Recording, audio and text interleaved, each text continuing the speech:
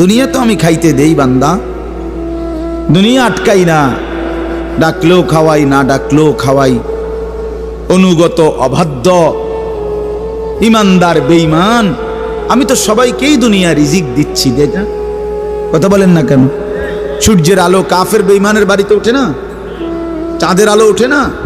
দুনিয়া তারা ভোগ করছে কিনা বলেন?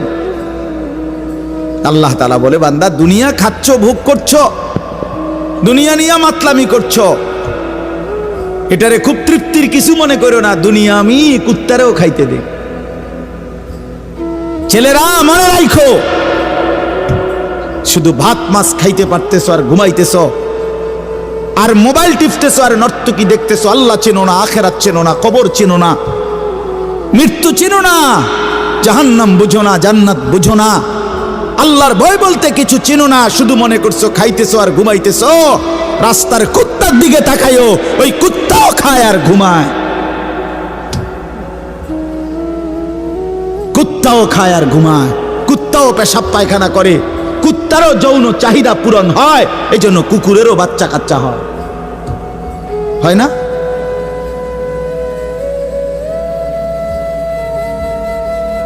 আল্লাহকে কেন ভুলে যাব আমরা?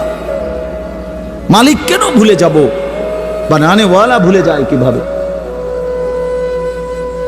একটা সেজদা দিতে মন চায় না, এক ওয়াক্ত নামাজ পড়তে মন চায় না। তুই কোন মানুষের বাচ্চা? তোরে জন্ম দিছে কয়ে? তুই মায়ের পবিত্র দুধের 2 বছর মায়ের পবিত্র দুধের অপমান করলি না ফরমান।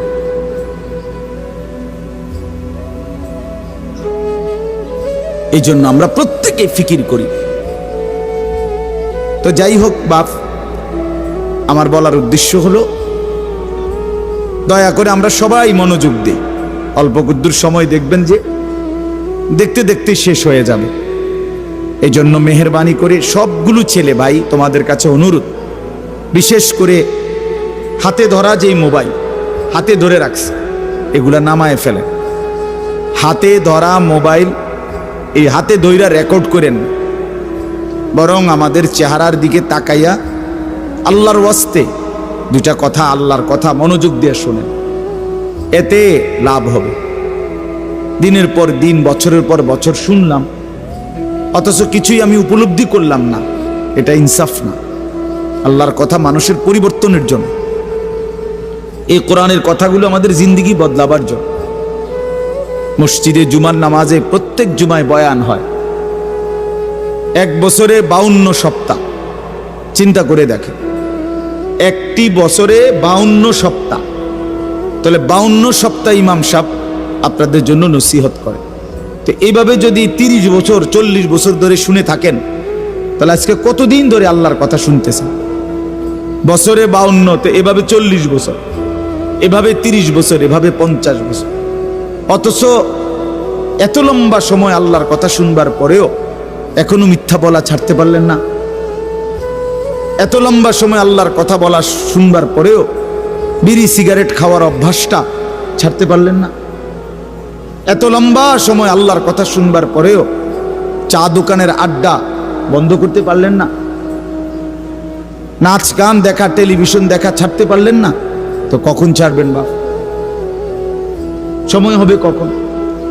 এক মুসলমান বাঁচে কয় বছর? হায়াত তো একেবারেই ছোট্ট, সংক্ষিপ্ত হায়াত। তো সেখানে আমি যদি আখিরাতের কোনো প্রস্তুতি না নেই, তো সময় হবে কখন? তো মূল কারণ কি? মূল কারণ হলো গাফলত, এই খামখেয়ালি ভাব। ইমাম সাহেবের কথা বলে, বয়স্ক মাঝ বয়সী কিছু মুসল্লি আছে, এই বসে বসে জিমায়, মসজিদে বসে বসে জুরায়। আর কিছু ছেলে পেলে আছে, তোমরা শুধু শুধু দুষ্টামি করো, মসজিদে বসে কথাবার্তা, ঠেলাঠেলি, ধাক্কা ধাক্কি। আরে ভাইয়া, একজন মানুষ কতক্ষণ দুষ্টামি করে? মস্কারি, ইয়ারকি, ফাত্রামি কতক্ষণ? আমরা মুসলমান, আমাদের আল্লাহ আছেন, আমাদের রসুল আছেন, আমাদের কোরআন আছে, আমাদের ইসলাম আছে। আমাদের জিন্দিগি লাগাম ছাড়া না। লাগাম ছাড়া হাইওয়ান জানোয়ারের জীবনই যদি হতো, তো আল্লাহ তাআলা আমাদেরকে মানুষ, মুসলমান বানাইতেন না। মুসলমান বানাইছেনই আল্লাহ তাআলা একটা মহৎ উদ্দেশ্যে, একটি উদ্দেশ্য। প্রতিটা মানুষকে আল্লাহ তাআলা উদ্দেশ্য নিয়ে বানাইছে। আফা হাসিবতুম আন্নামা খালাকনাকুম আবাসান, কোরআনুল কারীমের মধ্যে আল্লাহ তাআলা বলেন, বান্দা তোমরা কি এই ভেবেছো যে আমি আল্লাহ তোমাদেরকে অনর্থক বানিয়েছি?